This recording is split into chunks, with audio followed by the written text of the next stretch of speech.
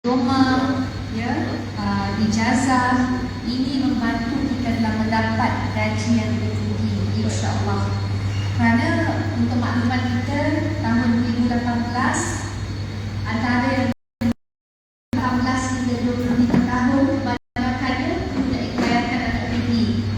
Malangnya dari segi peluang pekerjaan, ramai yang tak ada kerja, kebanyakan graduan.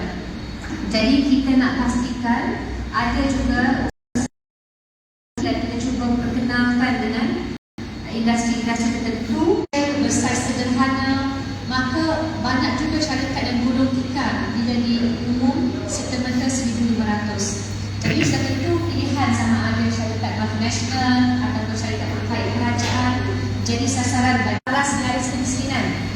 2028 dikenalkan tahun 2018. Tapi bantuan kerajaan yang baru-baru ini umum, dia masih lagi kekalkan pada tahap dia panggil PJK makanan 1169.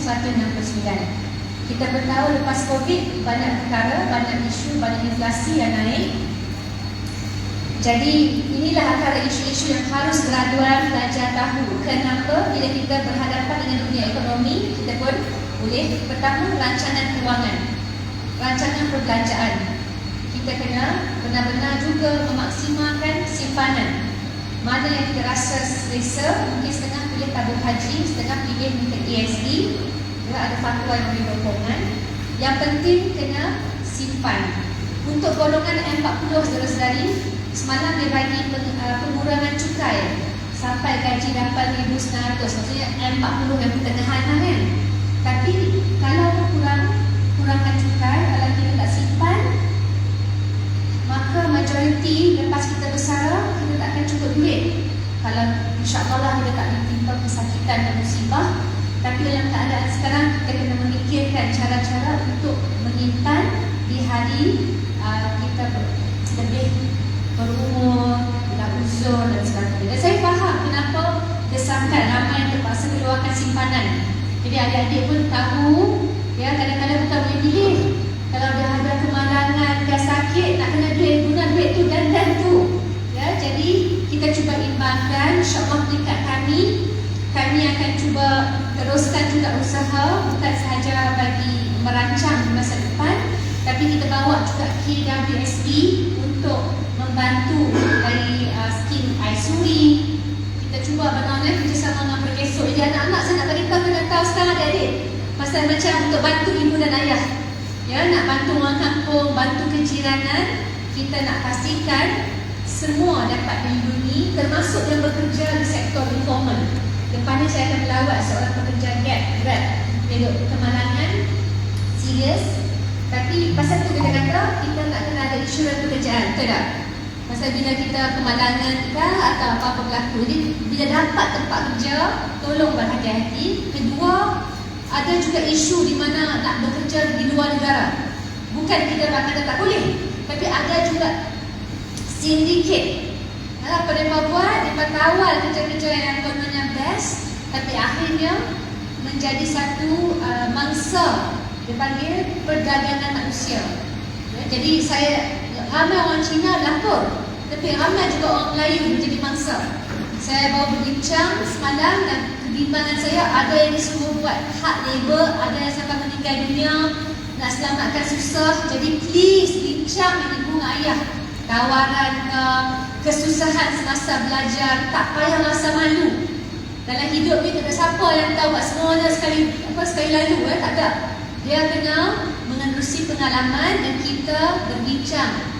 Kita mencari jalan insya-Allah, kerana kita kena ingat bukan seorang dua je hadapi masalah. Jadi saya bangkitkan isu ini supaya kita pun lebih peka.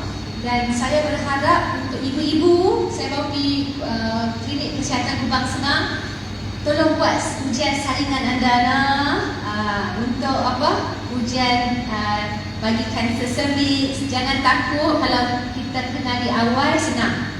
Kat klinik sana ada. Kita sama-sama ingatkan, suami pun tolong ingatkan, kerana kita kena jaga kesihatan. Dan kalau kita ada pencegahan awal, insya-Allah.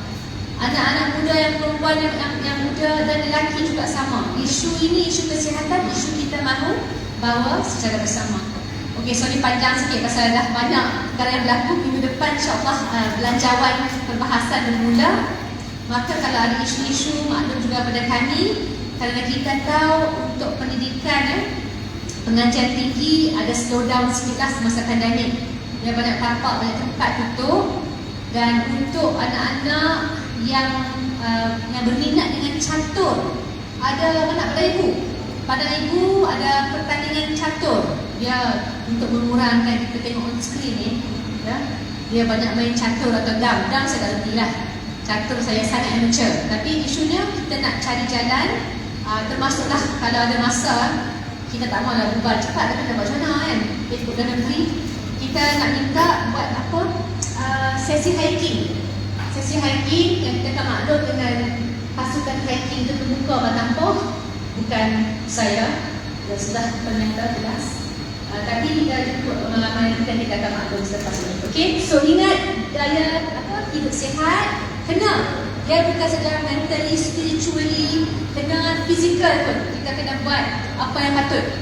Jalan ke, melompat, jaga luntutlah. Yang mana yang tak boleh tu jangan buat. Tapi kita kena aktif, insya-Allah. Maka semoga Allah Subhanahu Wa Taala melindungi kita daripada sebaran musibah. Moga-moga amalan kita diterima, ya. Semasa diberikan panduan. Dan terima kasih kerana sudi hadir. Selamat maju jaya saudara-saudari, ya. Ingat kalau ada masalah saya ingatkan, jangan lupa bagi tahu. Jangan asyik simpan dalam hati. Kena kongsi pasal nak masuk alam baru. Nak masuk alam baru bukan semua orang yang memang baik, ada yang tak baik, ya. Begitulah kehidupan. Maka kena paksa diri kongsi dengan ibu ataupun ayah.